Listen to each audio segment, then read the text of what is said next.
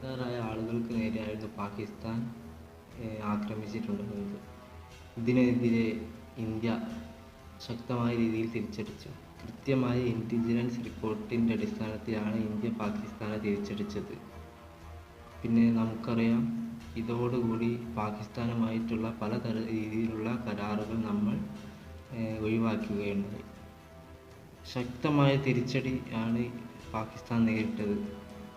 അത് ശക്തമായ തിരിച്ചടിയിൽ പാകിസ്ഥാൻ്റെ 9ഓളം തീവ്രവാദ ക്യാമ്പുകൾ തകരുകയും 100ഓളം ഭീകരവാദികൾ കൊല്ലപ്പെടുകയും ചെയ്തു.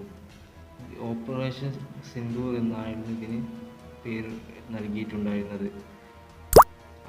പാകിസ്ഥാൻകാർ വാദിക്കുന്നത് എന്തെന്ന് വെച്ചാൽ അവരുടെ സാധാരണക്കാരായ ആളുകൾ ഇതിൽ കൊല്ലപ്പെട്ടിട്ടുണ്ടായിരുന്നു. ഇന്ത്യ ശരിയായ രീതിയിലുള്ള മറുപടിയാണ് നൽകിയത്.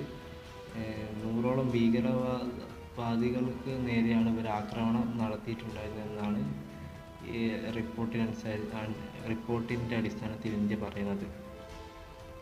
വ്യത്യസ്തമായ ഓർഗനൈസേഷനിലൂടെ ഇടപെടലിലൂടെ ഇന്ത്യ വിശദീകരണം നടത്തുകയുണ്ടായി.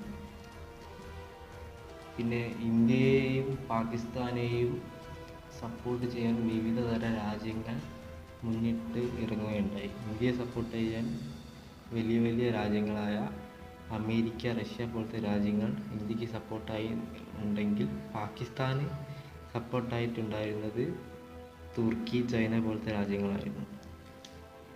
ഓപ്പറേഷൻ സിന്ദൂർ ആരംഭിച്ചത് 2:30 ആയിരുന്നു.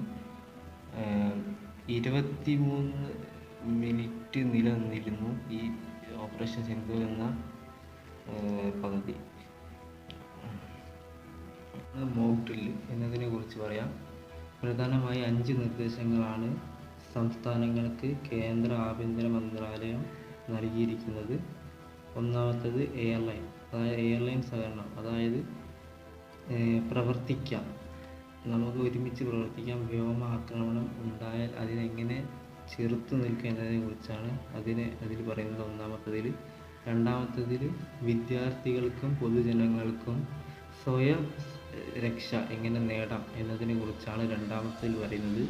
മൂന്നാമത്തേത് ബ്ലാക്ക് ഔട്ടുകൾ, ഒരു നഗരത്തെ ഒന്നാകെ ഇരുട്ടിലാക്കുക, അതായത് വൈദ്യുതി നമ്മൾ മൊത്തത്തിൽ ഒഴിവാക്കുന്ന രീതിയാണ് മൂന്നാമത്തേതിൽ വരുന്നത്.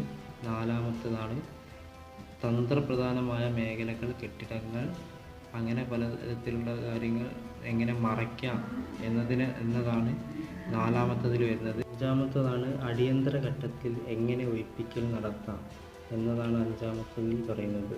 ഈ 5 നിർദ്ദേശങ്ങളാണ് കേന്ദ്ര ആഭ്യന്തര മന്ത്രാലയം സംസ്ഥാനങ്ങൾക്ക് നൽകുന്നത്.